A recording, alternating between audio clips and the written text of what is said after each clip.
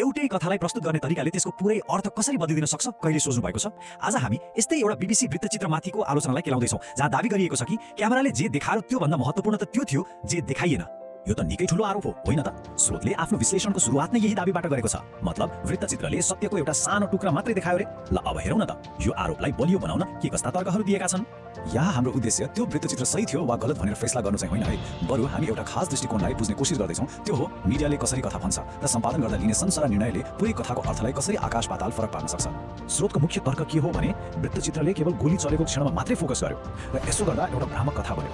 उनीहरूको भनाइ के छ भने त्यो क्षणभन्दा अगाडि के भयो, पछाडि के भयो, त्यो केही नदेखाइएपछि हेर्ने मान्छेले त घटनालाई अर्कै तरिकाले बुझ्ने भयो नि, हैन र? अब लागौँ यो आलोचनाको सबैभन्दा महत्त्वपूर्ण हिस्सातिर।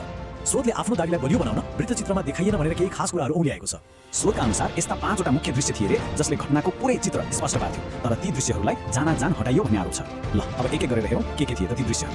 पहिलो कुरा रहेछ प्रदर्शनकारीहरूको पहिचान। स्रोतको दाबी अनुसार त्यो भिडमा TIOB अर्थात् तिब्बत अनलाइन लेखिएको टी-सर्ट लगाएका दलाई लामाका अनुयायीहरू पनि थिए रे, तर वृत्तचित्रमा उनीहरूको उपस्थितिलाई देखाइएन, पुरै नजरअन्दाज गरियो। दोस्रो, बारबरा फाउन्डेसन नामको अर्को समूहको कुरा पनि उठाइएको छ।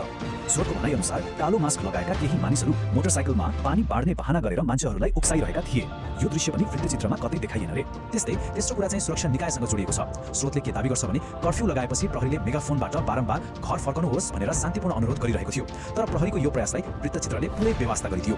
चौथो कुरा, विद्यार्थीहरूको उपस्थिति। स्रोतका अनुसार काठमाडौँका स्कुलहरूले त छुट्टी दिएर घरमै बस्नु भनेका थिए रे, तर अचम्मको कुरा विद्यार्थीहरू सडकमा प्रदर्शनमा देखिन्थे। यो पनि एउटा महत्त्वपूर्ण कुरा थियो जुन वृत्तचित्रमा देखाइएन। र पाँचौं अनि अन्तिम कुरा, सुरक्षाकर्मीमाथि भएको हिंसा। स्रोतको दाबी के छ भने संसद भवनको सुरक्षामा बसेका प्रहरीहरूमाथि प्रदर्शनकारीहरूले ढुङ्गाले हान्दा उनीहरू घाइते भयो र तान्ने भयो, तर यो दृश्य पनि वृत्तचित्रबाट गायब बनायो। अब यहाँनिर एउटा ठुलो प्रश्न हुन्छ, आखिर यी सबै कुराहरू किन देखाइएन त? अहिलेसम्म हामीले के देखाइएन भन्ने कुरा हेर्यौँ, अब किन देखाइएन भन्ने प्रश्नतिर लाग्यौँ। किनभने स्रोतले यी सबै कुराहरू नदेखाउनुको पछाडि एउटा खास उद्देश्य थियो भनेर निष्कर्ष निकालेको छ। त्यसो भए यो स्रोतको विश्लेषणलाई मान्ने हो भने त्यो वृत्तचित्र बनाउनेहरूको खास उद्देश्य के थियो होला त? स्रोतले निकालेको निष्कर्ष निकै गम्भीर छ है। उनीहरूको आरोप अनुसार वृत्तचित्रको खास नियत नै नेपालको सुरक्षा निकायलाई कमजोर देखाउनु थियो र कथालाई यसरी बङ्ग्याउनु थियो कि वास्तविक दोषीहरू चाहिँ उम्किन सकुन्। स्रोतले आफ्नो तर्कलाई दुईवटा फरक सेवाको कोणबाट हेरेको छ। एकातिर छ स्वदेशको सेवा, जसको मतलब हो घटनाको पूरा र सही सन्दर्भ सहितको तस्बिर देखाउनु, अनि अर्कोतिर छ विदेशको सेवा, जसले चाहिँ एउटा साँगुरो कथा देखाएर बाहिरी स्वार्थ पूरा गर्छ भन्ने उनीहरूको तर्क छ। ल अब हामी यो पुरै विश्लेषणको निष्कर्षतिर आइपुगेका छौँ। यो सबै कुराको सार के हो त? स्रोतको विचारमा यो सबै खेल मिडिया फ्रेमिङको हो, अर्थात् कथालाई कुन चौघेरामा राखेर प्रस्तुत गरिन्छ भन्ने कुराको हो। अन्तमा स्रोतले यो विश्लेषणलाई एउटा राजनीतिक निष्कर्षमा लगेर टुङ्ग्याउँछ। उनीहरूको भनाइ के छ भने चुनावको ठीक अगाडि यसरी कथालाई प्रस्तुत गर्दा यसले देशको हित भन्दा पनि विदेशी स्वार्थलाई नै फाइदा पुर्यायो। फेरि पनि यो पूर्ण रूपमा स्रोतको आफ्नै निष्कर्ष हो। यो पूरा विश्लेषणले हामीलाई एउटा गहिरो प्रश्न सोच्न बाध्य बनाउँछ। हामीले कुनै कथामा जे कुरा देख्दैनौँ त्यसले हाम्रो विश्वासलाई कति धेरै असर पार्दो रहेछ? यो प्रश्नमाथि विचार गर्दै आजलाई यति नै।